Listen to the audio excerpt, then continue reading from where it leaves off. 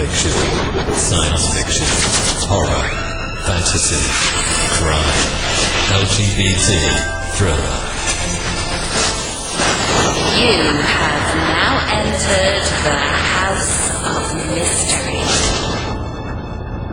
with your hosts, Eric Shapiro, David North Martino,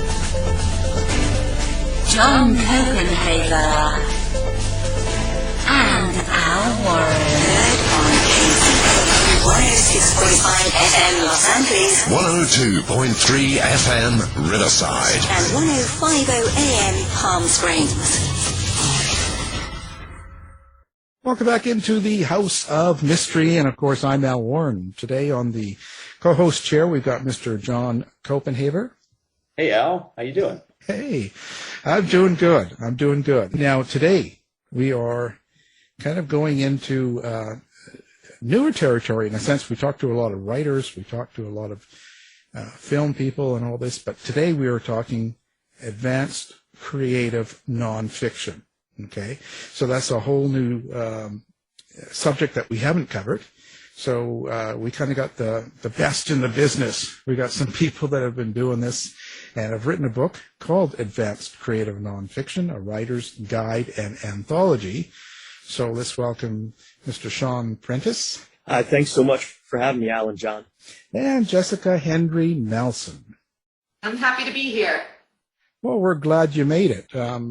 This is quite the category.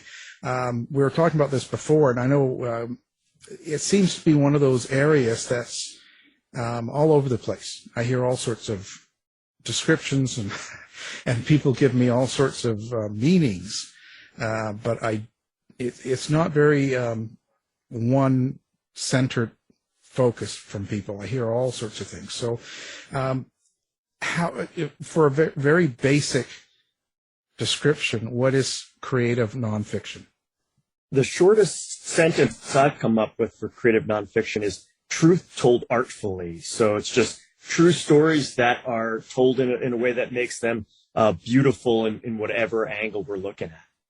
Under that umbrella, one of the reasons that creative nonfiction is so debated and complicated in the marketplace is because it's not so easily definable. So it is a big umbrella term that includes everything from memoir to journalism, and everything in between, and even hybrid narratives that play with notions of truth and fiction. And we call those hybrids sometimes, or we call them lyric essays, are often a cross between an essay and poetry.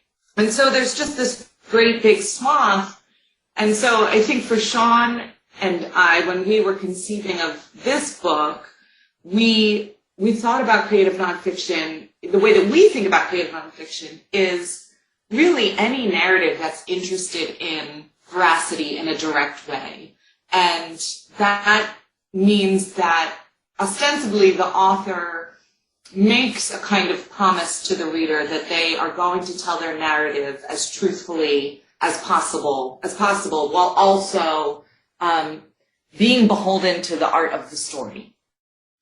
One thing I thought about and even noticed when I was reading the book was you mentioned memory, and you talk about memory and how it's really kind of it's not always the same each time we call up a memory. Like each time we go back and think about something, we're kind of recreating that memory is sort of how you put it, I think.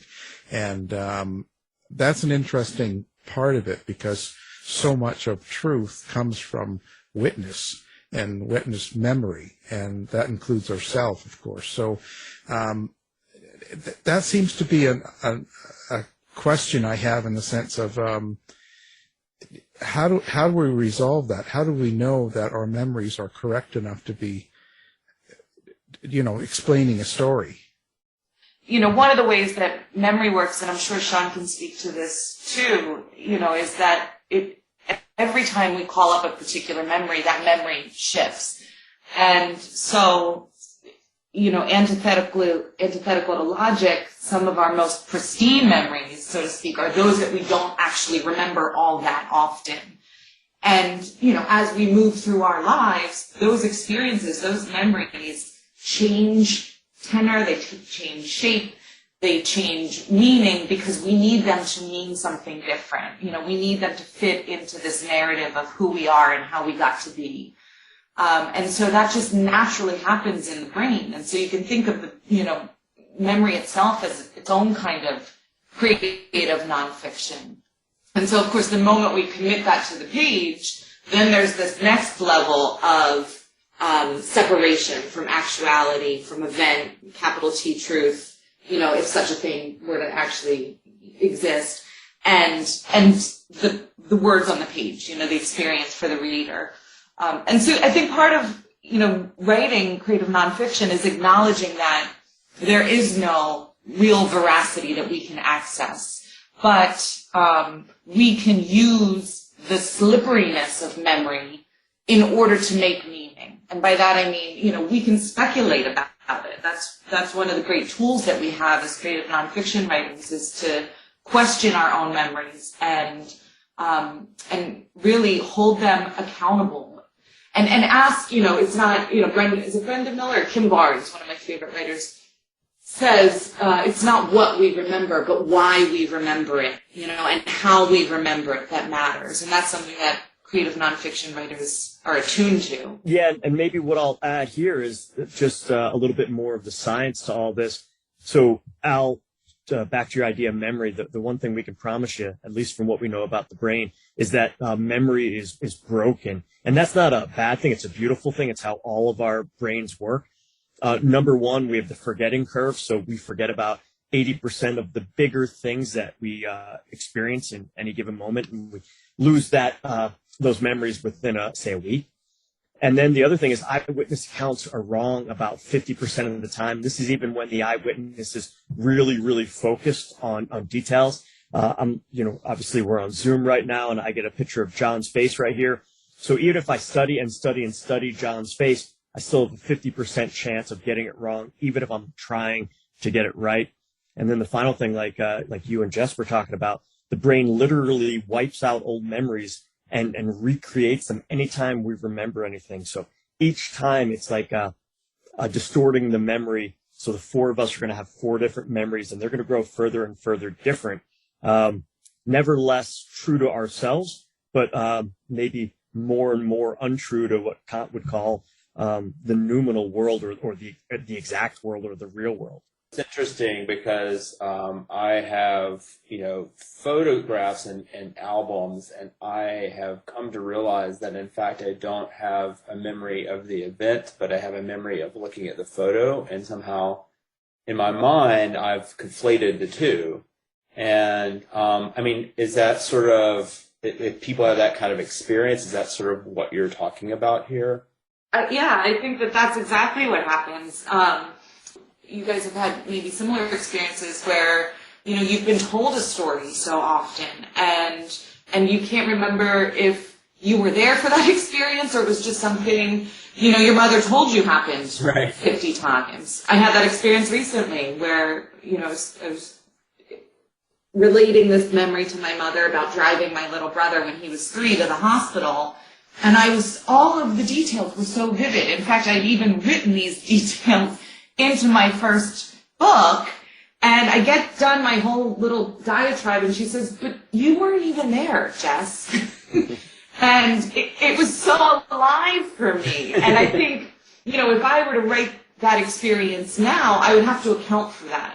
So I think that's part of the contract that you make with the reader is, I wouldn't write it the same way. In my first book, I wrote it as if I were there because that's what I believed happened.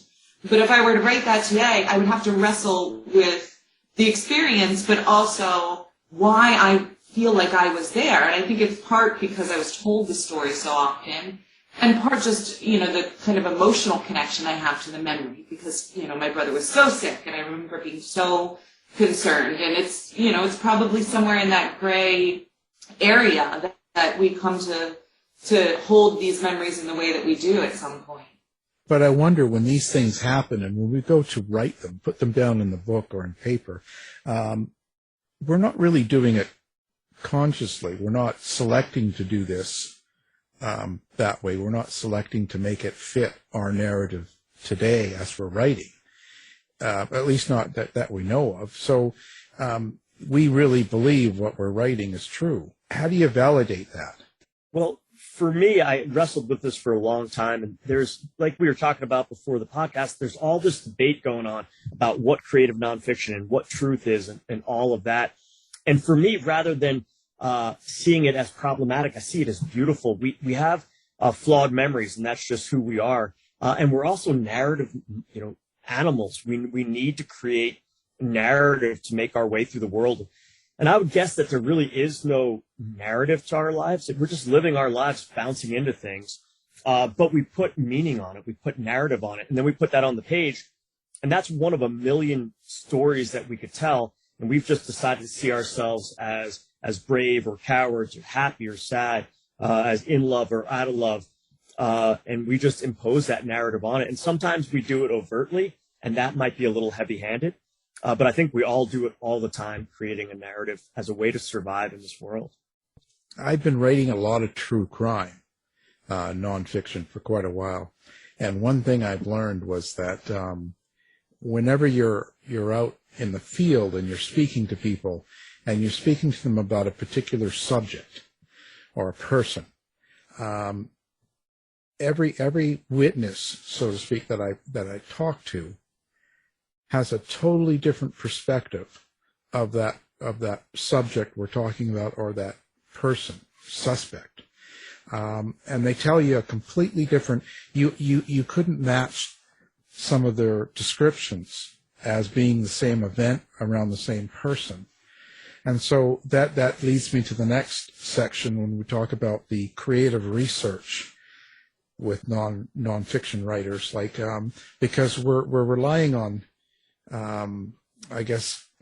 subject matter that is outside of our own personal experience. I didn't see the accident or the murder, and I didn't know the person or the suspect. So I'm relying on other people's points of views, and yet I've noticed that they can be so different.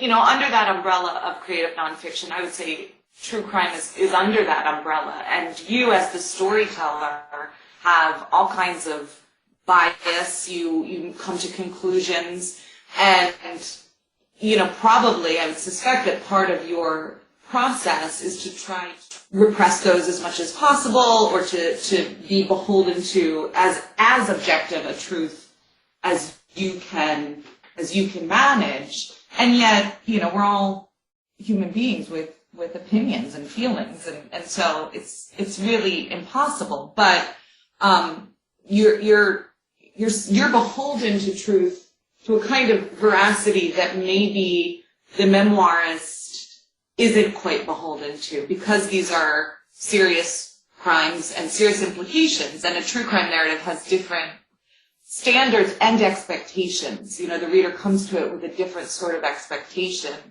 And so when you do that research, I wonder, do you invite in all of those varied perspectives from the various witnesses? Do you allow those to hold equal weight on the page? Well, I don't. One of the biggest problems with my own personal writing is that quite a bit of the feeling that I get from people, when people are describing things, I try not to let the emotion, and sometimes it gets in on the first drafts, like you put quite a few of the thoughts and memories from people in, but the bottom line is at the end of the book, people have got to understand what happened, where it happened, and why, as best as can be told. So those opinions from a lot of the people involved will get in the way of the story. So I've got to kind of keep them held back somewhat. So I try not to let it get too much in the middle of it. And I try not to have conclusions either. I try not to say, this is, what I think. I might have opinions, but I'm trying not to put that in there. And Al, one thing I'm thinking about all this is there's an art restoration term called strategio. It's probably said with a much more Italian accent than I can pull off. But let's imagine we have a painting and it gets some flood damage, some water damage, and parts of it bubble up and parts of it fall away. We can restore it in a variety of ways. One is we can hire an artist who's an expert in this style to come in and repaint it so it looks brand new. And that to me is not necessarily true. The art is a kind of a living thing and it's been damaged. So now if we make it look pristine again, we've kind of changed its natural trajectory. And what strategio says is what we can do is kind of sketch in what used to be there. So you can kind of get the idea. You can see the rest of the nose or the eye and the way it's slanted. But it's done, say, in pencil rather than in paint. So it's really clear to the reader that something is missing here and it's being sketched in. And I kind of see that as what we're talking about here, where when all these different ideas come together, they don't come together into a perfect image when you're talking about a true crime. Instead, what they come in is like a shattered window. We're trying to put it back together. We say, well, it's back together, but it's looking very different. So, I think that's the beauty of it all is when we rebuild it, we show the flaws, the holes, the things we couldn't uncover, the overlapping areas, the contradictions. And to me, that's what makes all of this most beautiful is it's not as pristine as a perfect truth. I guess it's just the point of view of how you tell it. I guess that's what that's what it is, because I could take, like Sean, I could take you and I could talk to people that know you from different parts of your life, and I can say to them, describe what kind of a person that Sean is. Tell us, could he have killed that person or whatever the thing is we're talking about? And it's amazing the variety of answers you'll get because they've only known one part of you and they've only seen one part of you in a certain light, in a certain place, at a certain time. And so all of that comes into play. And then again, we talk about how is it that they're going to remember this when they think back, well, he was, I knew him 10 years ago and stuff. So that's kind of the hardest thing you deal with in my kind of writing. But, I guess that goes to, you have to connect with your reader by displaying things of the time, at the time that you're writing. Keep on thinking as we're talking about, I guess probably the most famous true crime novel, invented true crime, In Cold Blood. And I think I personally would categorize as creative nonfiction because, Capote pulled a lot of it. He didn't take great notes, and he claimed to have sort of a superb, if not photographic memory. I guess I have a little doubt about that, but it had such impact as a book, and so I keep on thinking about to what degree, how do I put this, do we need to fuse things together so that they really have an impact? Like, how do we tell these stories, important stories? I don't know, I'd be curious what you guys thought about that. To what degree does fiction or fictional methods play into something like non-creative nonfiction? Well, I think in the case of Capote, a lot. I think that's a big part of, what we've learned about that book over the years is how much fiction, is involved in it. But fiction is, of course, the being beholden to a kind of capital T truth is a misconception. And so, what Capote made was a really beautiful, compelling, nuanced story. And that story has its roots in truth, in true experience. I think Capote would probably have been taken to task by Oprah today if the book had come out now. In the way that, James Fry was in A Million Little Pieces. But there are all sorts of approaches to this question of truth and veracity as it relates to creative nonfiction. And, you know, someone like David Shields, who wrote a book called Reality Hunger about, it must have been almost a decade ago now, you know, he's someone who is really prominent in the field of creative nonfiction and wrote this book called Reality Hunger, in which he essentially argues that there is no distinction between fiction and nonfiction. And, you know, the only compelling or even true stories are those that allow the distinctions to evaporate. So much so that he will quote joyfully and prolifically from other sources and won't cite them, you know, and won't want to, because he, you know, his argument is that language is open source. And in the case of Reality Hunger, of course, they made him index at the back of the book, but he even encourages you, as you're, you know, in the introduction, not to look at those sources. So, and that's, you know, an extreme end. And I think that there's an interesting and compelling argument to be made there, that, you know, the minute you commit something to page, you know, you are turning it into an artifice. It's art, it's artifice, it's a construction. And, you know, the more we embrace that and acknowledge that, then, you know, the better able we are to move on into, I guess, I don't know, in some ways a more honest approach or process. And then, of course, you have journalists on the other end of the spectrum who feel like that's absolute baloney, and that everything can be fact-checked. And then, of course, there's this great spectrum in between. And I think every writer, every reader has to negotiate that relationship, and especially creative nonfiction writers. I think we're always renegotiating that relationship. We talk a lot about aesthetic truth or emotional truth in my creative nonfiction classes, for example. And students will get into debates about how much creative license is okay. And that can range anywhere from, you know, the color of the shirt so-and-so is wearing, to the dialogue, to the weather, to details, to, you know, composite characters. And people fall all along that spectrum. You know I have my personal contract that feels ethical to me and creatively interesting to me, but that's very personal and it evolves. And so I think that's what makes it tricky for a lot of readers, you know, is to enter that slippery territory and be comfortable wading through it. You talk a lot about the situation of the reader and how it's simpler to discover and share with the reader than the central question, you know, of our writing. Can you maybe explain what you mean by that? The basic idea with the situation is the who, what, where, and when.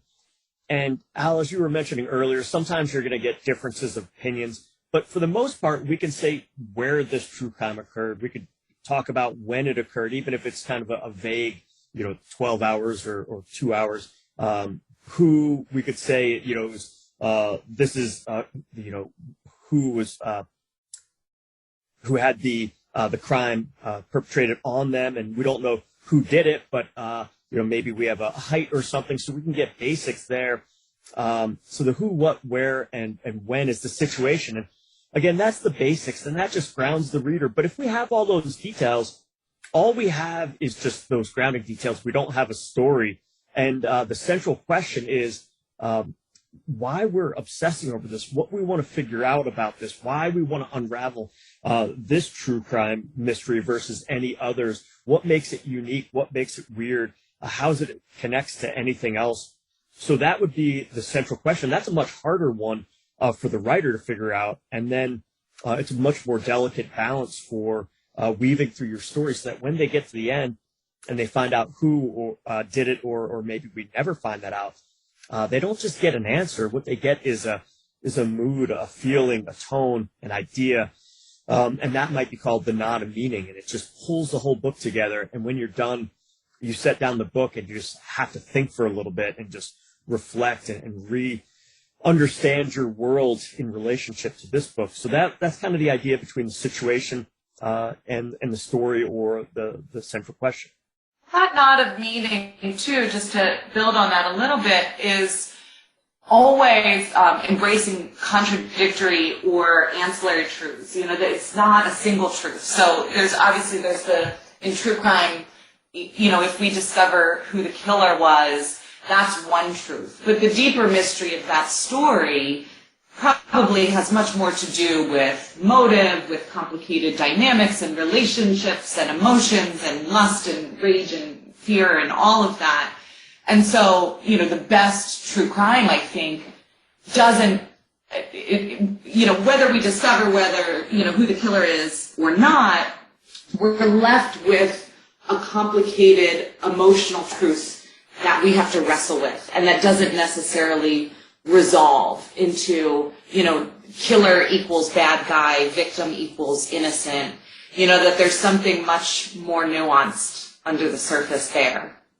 And I guess you would use the forms of your writing to present that, right? Whether you're doing it as I know some of your categories, how you will do it as a collage, let's say, as compared to braid it. So they're kind of different.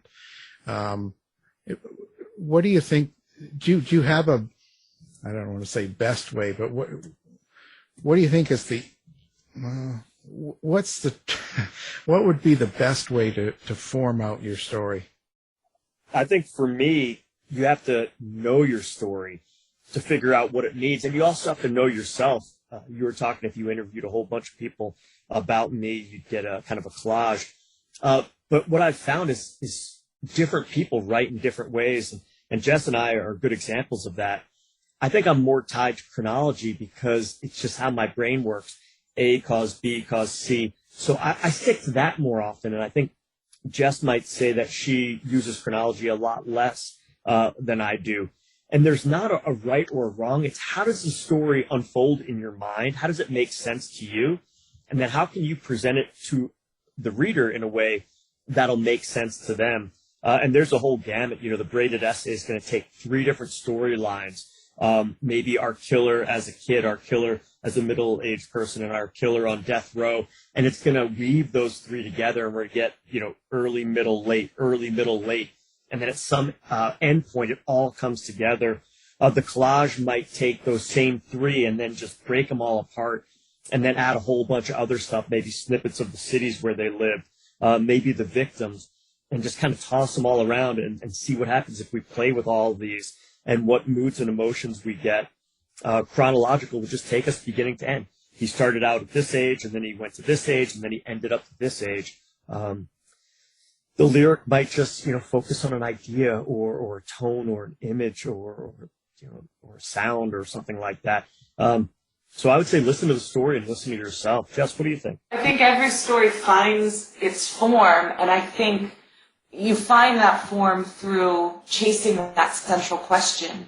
So if I'm writing about a particular experience in my childhood, for example, as I continue to draft that essay, the real question, the deeper question that I'm asking in the essay starts to present itself. I start to figure that out. And, through the drafting process, you start to also discover, which form is going to be the most conducive to the complicated truths that you're trying to unpack.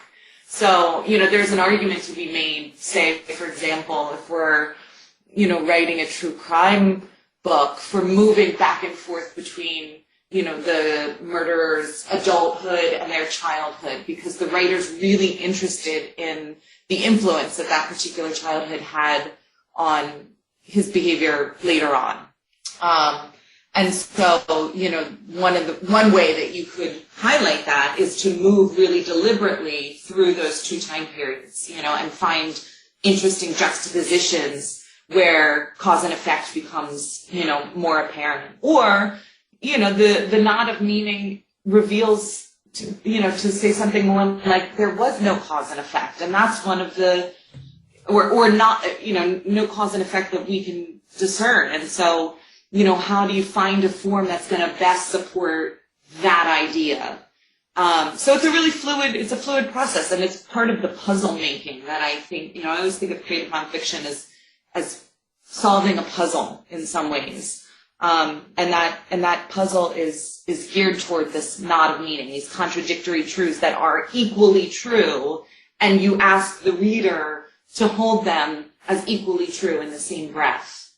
It's very interesting. I think that, as a mystery writer, I'm very drawn to both the gesture to kind of fit pieces together, and then I think suspicion of doing that too neatly, And I feel like in a lot of ways, creative nonfiction does something similar as well. And then, it's interesting to think about the pairing of true crime with creative nonfiction as being a really, exciting and interesting one. So I have a question for you, like in terms of outfacing, and because, I think in a lot of ways, something like creative nonfiction is playing in the space of, ambiguity and a willingness to sort of be okay with a lack of resolution. But I feel like the marketplace often doesn't like to sell that. And how do you sort of, which is a shame. I hope that changes. But how do you navigate that? When people come to your books, like how would you sort of how do you place yourself within the market? I just think it's a fascinating question. That is a fascinating question, and I wish I had the answer to that. It's, there's a market. There's certainly, there's not going to be a kind of huge readership necessarily for more subtle writing that is irresolvable. But so part of it is, the market of the publishing industry, the appetite of readers who are used to, narratives that resolve in tidier ways. The experience of writing from life is such that the life isn't over. And so, the nature of the work is, it takes as its premise that it's irresolved. There are ways, of course, to create a sense of resolution or a sense of feeling like the narrative arc of the project has fulfilled its own aims. And that's different than resolution. But, on a more practical level, it means that often, you publish with, more smaller indie presses with, editors and readers who are more interested in that kind of work. And this maybe goes back to the last question on like how to build a story. And it might just be, what story do you want to build? And you could build one that is easy to mass market, and then it might require less complexity, so it could reach a bigger audience. Or you might want one that's more complex, and then you just accept that you're probably going to have a smaller market. And then you can guide yourself. What's your aim? And then you head towards that. That's fine. It's, there's nothing inherently wrong with wanting resolution. We all want resolution. The reason we turn to stories, I think, is in part because we like the way that narrative brings a kind of coherence to what is otherwise chaos. And so that's very comforting. And I turn to stories with resolutions for the same reason. So, I think for every reader, there's, just in the same way that we all sort of enjoy art from lots of different perspectives and styles, so too do readers, hopefully. I think that there's particularly in this time with COVID and everything else going on, that, people, interestingly enough, I think kind of hunger for both. I don't know if you guys agree, but that comfort of resolution, but also, something looking at the world that might, be addressing the fact that there's not an easy resolution. Have you encountered any of that in your, writing or thinking? Funny you mention that, because I've been, I'm primarily a creative nonfiction writer, and I read a lot of creative nonfiction because that's what I love. And I love, art that's made out of direct experience. I just find that infinitely interesting. But in COVID, I found myself increasingly going back to novels, and maybe there's something in that, that impulse to return to a story that feels, at the very least, put to bed. Right, the fiction story is created, it's written, and it's more or less resolved, and it's done. Whereas in nonfiction, the writer's life, the speaker's life, the narrator's life continues in all of its complicated glory, and as do ours. And so, maybe there is something about COVID feeling like we need to return to a place of resolution. I don't know. What about you, Sean? Yeah, I would think the more tired I get, the more I want resolution. And it feels like springtime is budding here in Vermont. We had reached up into the 40s today. And it felt hopeful for the first time in a long time. So I sat outside. I read a section of poetry, and it seems like, when I'm in a better space, I'm able to deal with complexity more. But yeah, through much of this, I want nice, simple things that are resolved nice and easily. Well, there you go. It was 57 in Canada.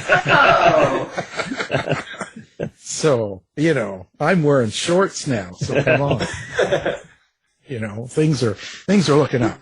When I released a couple of books a while ago, I almost put them as historical fiction, and I think that's kind of what I was thinking, because there's a certain amount of unreliable information out on a case that's 100 years old.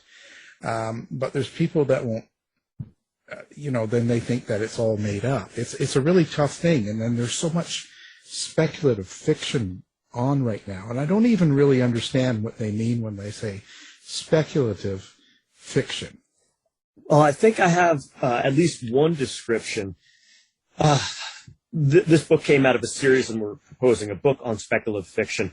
And I believe the idea is, taking oftentimes the world as it is, and then let's speculate on one little thing.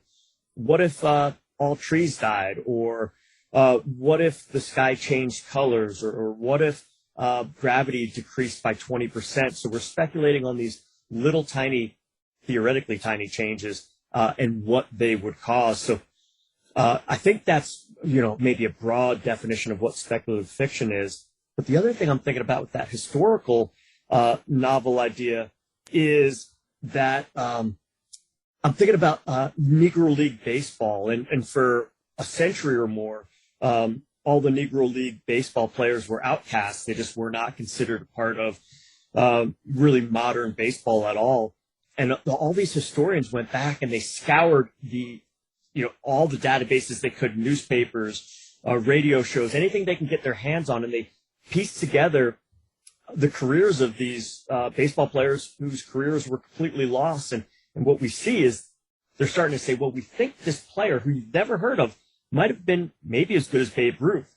And you have to hem and haw a whole lot, and you have to speculate a whole lot. But if you look at it from this angle, and if you use this sort of methodology, you can see how we can take something really, really old and really hard to uncover and say, well, we think this is the truth, and we might be completely wrong, but it's pretty cool to look at.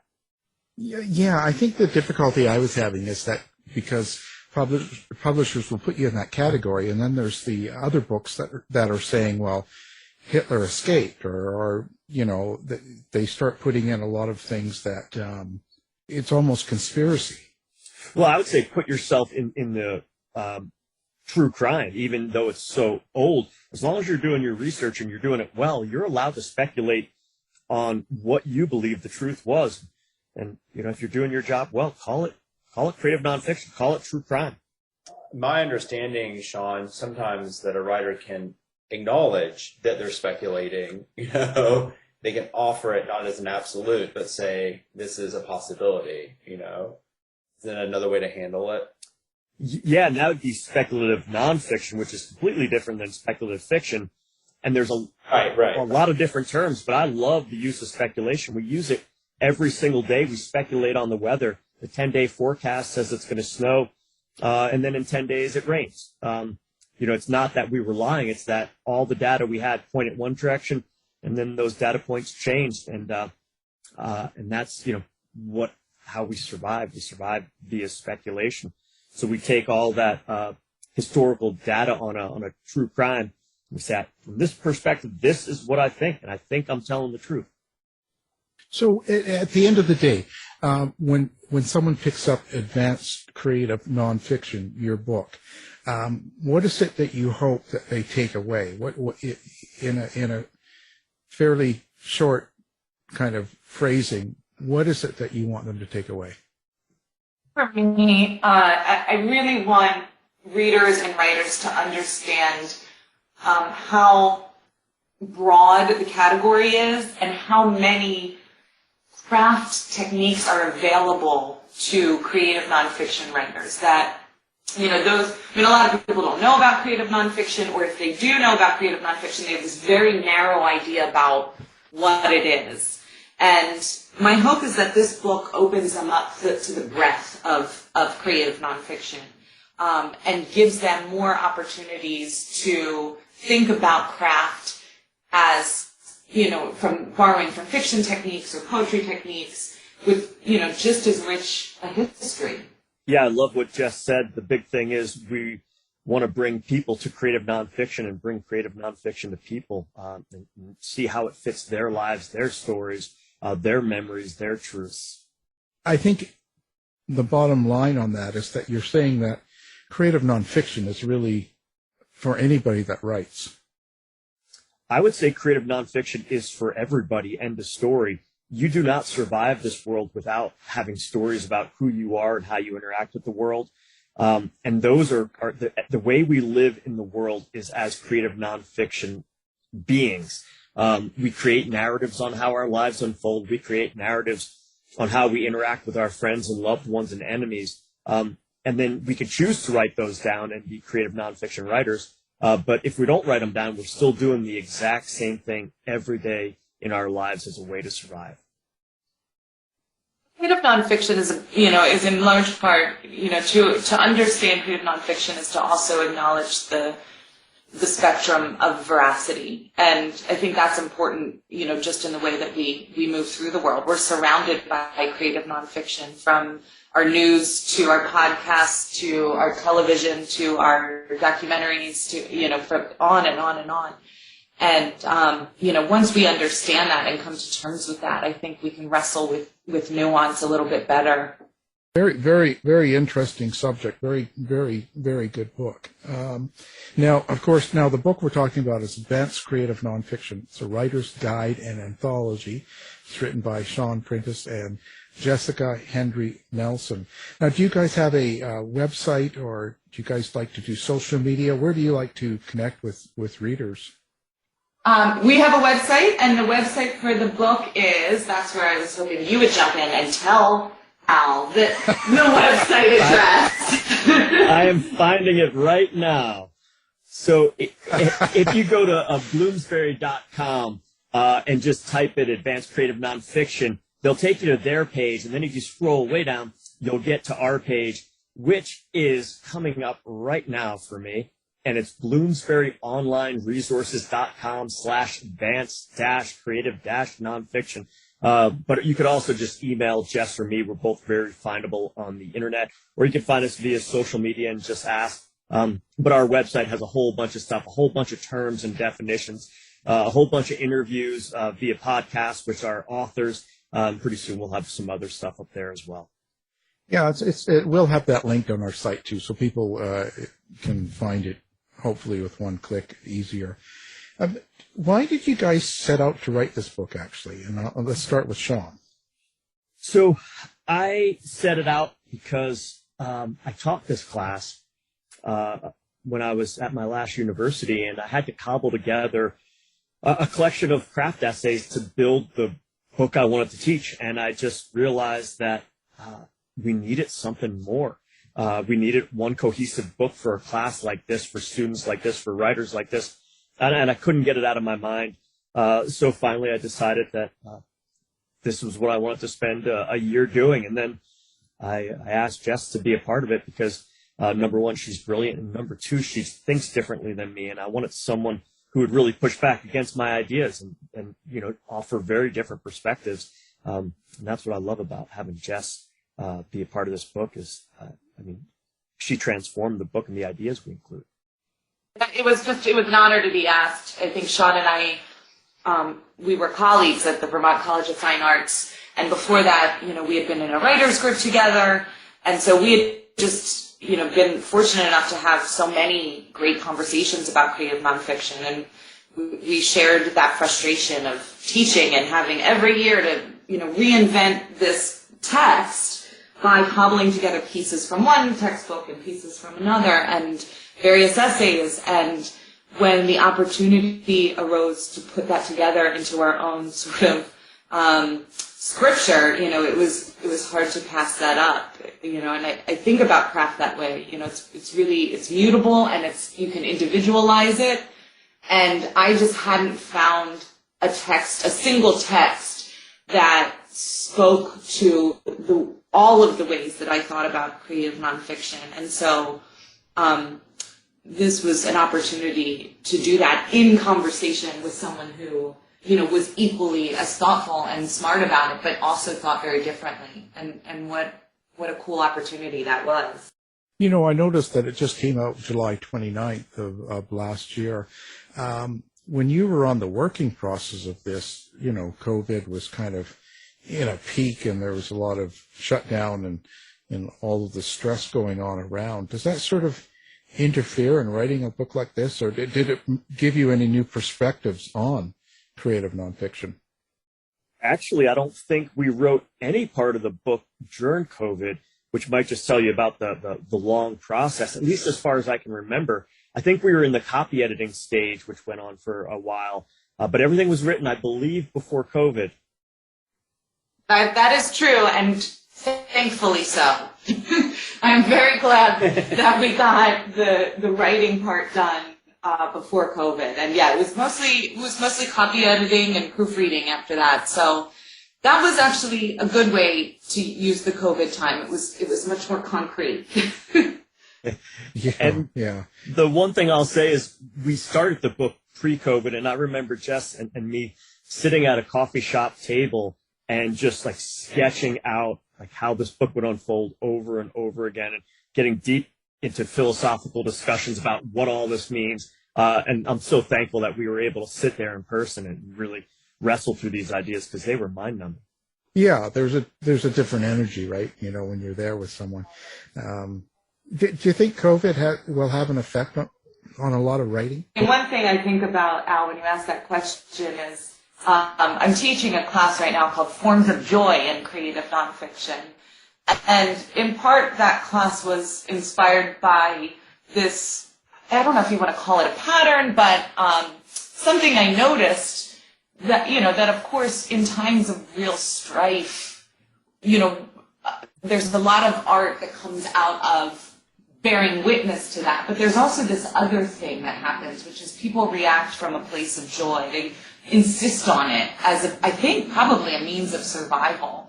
And so things like, Beethoven's Ode to Joy during the Congress of Vienna, or this book that I'm teaching called, Ross Gay's Book of Delights, which is a beautiful book of creative nonfiction that came out during the Trump era. There's a pattern and a kind of resilience to artists and human beings more generally that responds to these crises with art that is born and interested in facets of joy. And so I suspect there will be art in that vein. But, of course, like any complicated or grief-stricken period, there's also the bearing witness to that and maybe finding, the joy that sustains us in the cracks. The only thing I would add is that we seem to also be in some place with COVID and politics where we're really wrestling with what truth is, what fact is, if there is any, and how we can distort it if we want to. And I think that's something that's really interesting about this time as well, and creative nonfiction. Well, certainly, And we've got interesting art coming out, like Cardi B, Wet Ass Pussy and stuff. So that lightens the mood during dark days, right? So that's right. Had to throw that out there. Well, it's been a great hour. I appreciate you guys both taking the time to talk to us a little bit about creative nonfiction. And our guests today have been Sean Prentiss and Jessica Hendry Nelson. Thank you for coming on the show. Thank you so much, Alan. Thank you, John. It was a pleasure. Thank you, guys. Thanks so much, you two. I really loved it. To find out more about our show, guests, or to listen to past shows from our archive, please go to www.houseofmysteryradio.com. Show's over for now. Was it as good for you as it was for me? Well, good night. This has been a production of Something Weird Media. I'll be back.